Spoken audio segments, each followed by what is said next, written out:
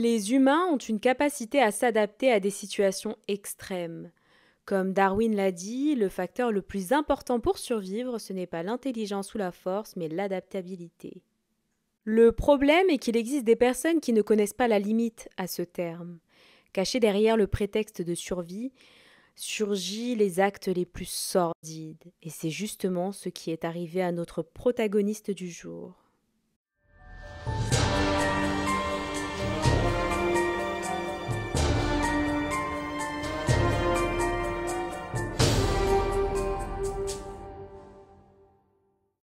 Hola, j'espère que vous allez bien. Je suis ravie de vous retrouver pour parler d'une nouvelle affaire.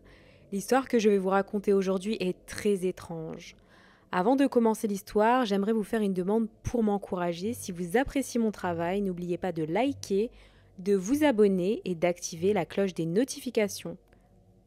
Qui était Annabel Gomez Lopez ?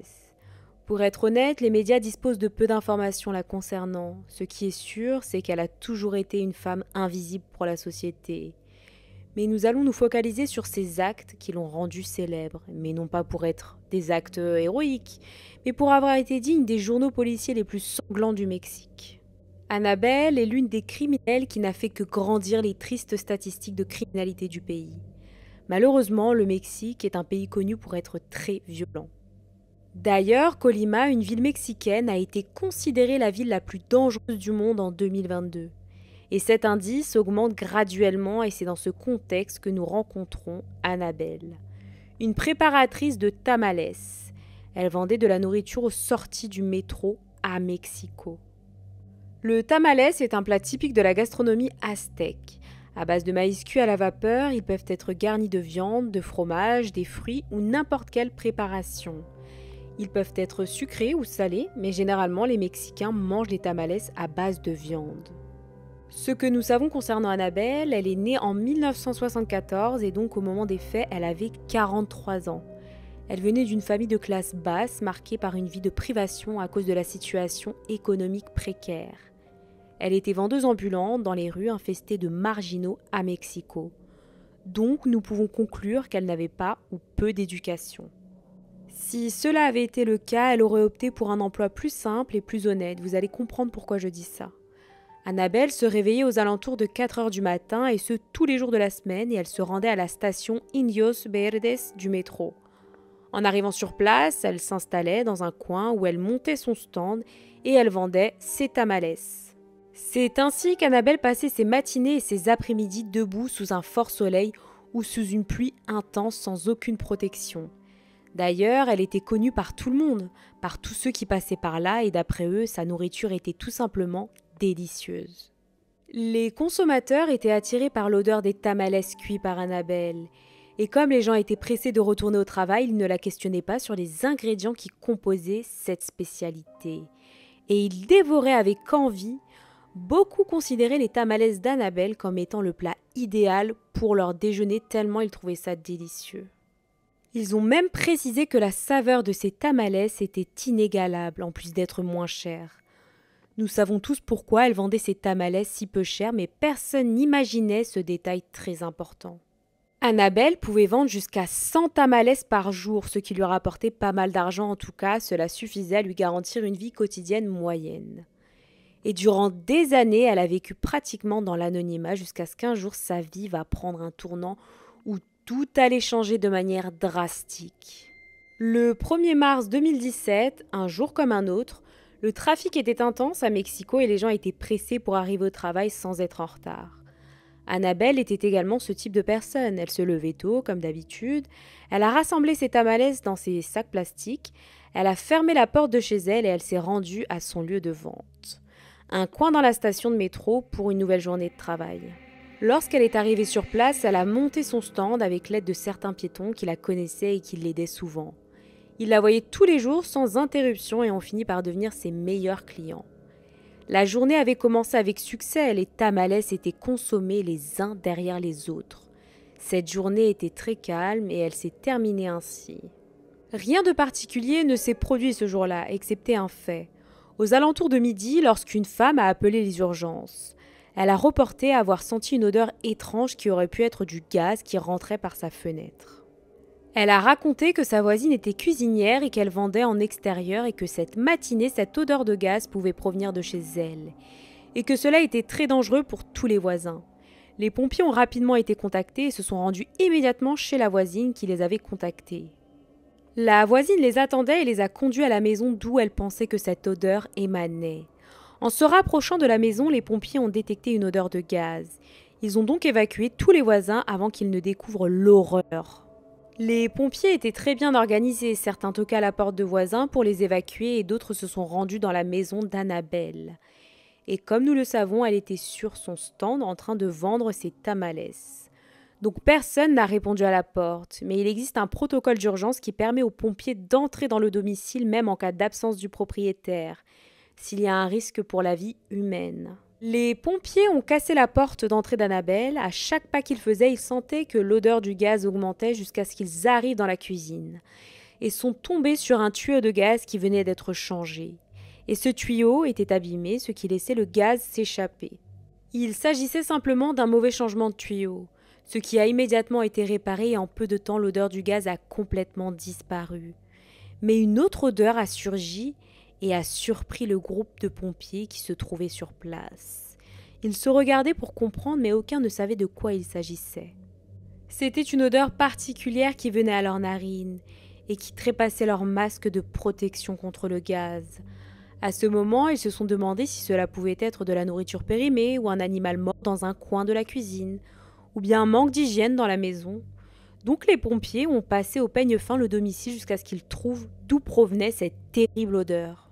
Au cours de leurs recherches, les pompiers ont trouvé dans les tiroirs où étaient rangés les ustensiles utilisés pour la préparation des repas et l'armoire où Annabelle rangeait les feuilles pour enrouler les tamales et tous les aliments que contenaient ces tamales. Tout était très propre et organisé jusqu'à ce qu'un des pompiers ouvre la porte d'une armoire où étaient rangés des vêtements et des chiffons usés dans la cuisine. Là, le pompier est tombé sur une scène de film d'horreur. Il aurait préféré ne jamais avoir vu ça. Un à un, les pompiers se sont rendus face à cette armoire ouverte et ils étaient tous choqués. Certains vomissaient, d'autres se tenaient au mur pour ne pas tomber. La scène était vraiment sordide et répugnante. Les pompiers étaient face au reste d'un cadavre humain appartenant à une enfant déjà en état de décomposition. C'était une image extrêmement sinistre d'une horreur inimaginable. Ils ont continué à fouiller la maison car ils étaient certains que ce n'était pas la seule. Les pompiers ont fini par trouver beaucoup plus en entrant dans la chambre principale. À l'intérieur de l'armoire, ils ont trouvé une collection d'os qui était totalement propre et sec et sans chair du coup. Après cette macabre découverte, les pompiers ont immédiatement appelé la police, qui se sont rendus immédiatement sur place.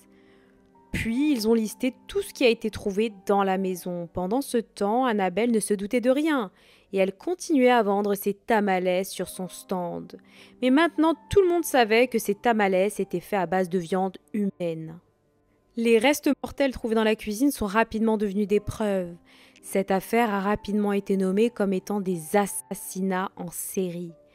En prenant les dépositions des voisins, il a été facile pour les policiers de découvrir que la propriétaire de la résidence était Annabelle Gomez Lopez, la cuisinière qui vendait des tamales dans les rues et qui rentrait chez elle après une longue journée de travail. Elle ne suspectait pas que son secret avait été découvert. Annabelle est rentrée chez elle en fin de journée comme elle le faisait tous les jours. Identifiée par une voisine, elle a immédiatement été arrêtée et ramenée au poste de police sans poser aucune résistance. Dans cette affaire, la police n'a eu presque aucun travail à fournir avec les faits constatés qui étaient très clairs. Même l'interrogatoire a été rapide car Annabelle a tout de suite parlé sans problème. Annabelle a raconté que tout a commencé un jour alors qu'elle n'avait plus du tout d'argent pour investir en matières premières. Et par coïncidence, elle est tombée sur une petite fille qui s'était perdue et qui cherchait ses parents. Elle a donc convaincu la petite fille de venir chez elle pour l'aider à chercher ses parents. La petite avait à peine 10 ans et transportait un sac à dos avec à l'intérieur un carnet avec le numéro des parents. Mais au lieu de contacter ses parents, Annabelle a dit avoir entendu une voix provenant du diable, qui lui disait qu'elle avait une opportunité unique à ce moment, qu'en face d'elle, elle avait la viande dont elle avait besoin pour faire ses tamales. Et c'est ainsi que la petite n'est jamais retournée chez elle. Annabelle est si froide qu'elle a fait un récit terrible sans aucun remords. Elle a raconté tout dans les moindres détails, après avoir ôté la vie de cette petite fille. Elle a raconté chaque étape du processus pour retirer et conserver la chair. Elle a affirmé qu'après avoir retiré la vie de sa première victime, les suivants, elle ne ressentait absolument rien. Elle n'avait aucun remords car elle avait besoin d'être heureuse. Elle avait besoin de survivre et d'après elle, c'était le seul moyen qu'elle avait trouvé.